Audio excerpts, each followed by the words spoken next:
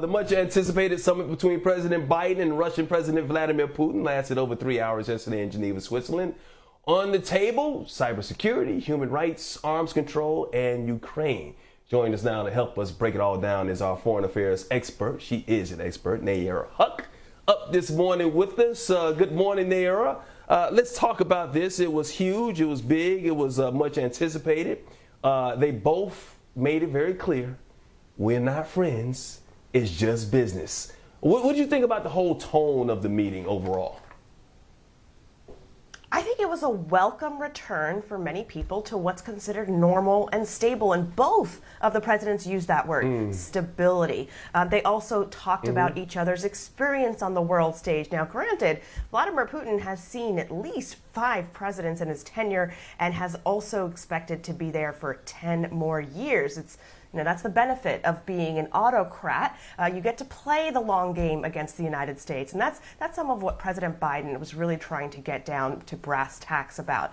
Look Putin eye to eye, have a frank conversation, say, this is what is important to the United States, here is what we will do, but also to announce that democracy and the United States are back on the world stage. So in that regard, definitely a success for the United States. Now, can we say there was some big breakthrough deal?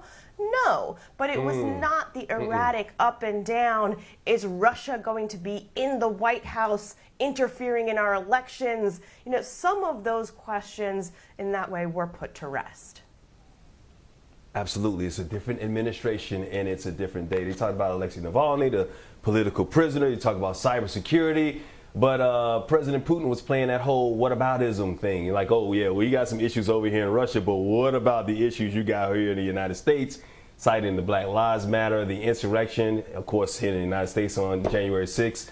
How do you think President Biden, what he did in his response, how do you think he did with his response?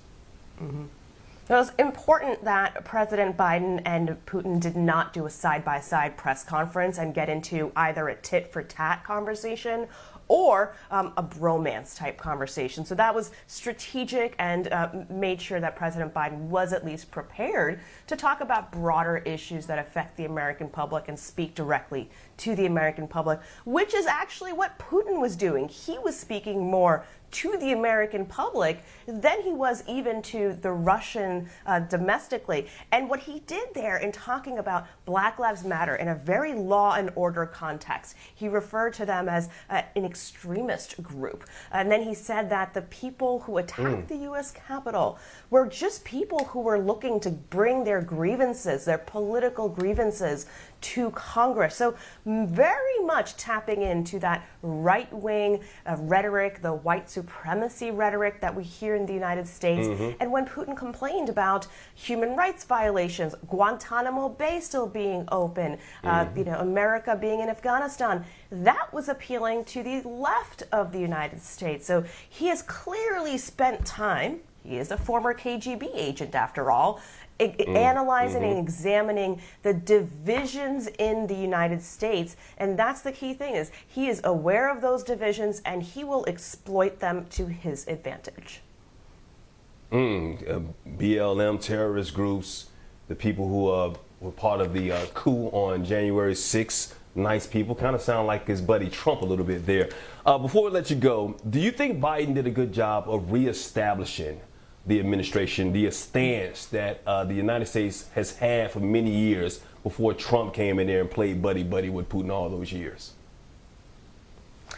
He certainly made allies more comfortable, and that was another part of the strategy. He spent nearly a week meeting with the United Kingdom, with NATO allies, talking to Ukraine, and building this coalition heading into this long conversation with Putin. So it really wasn't just the United States and Biden sitting there. It was the United States representing the democracies of the world, the Western democracies of the world. And Putin clearly felt the weight of that. And that was part of why I think his press conference was very much on the defensive, trying to poke at the United States. But that's the part that Biden tried to double down on, that if there is going to be any constraint on nefarious activity by Russia, it will happen only in coordination with other world powers.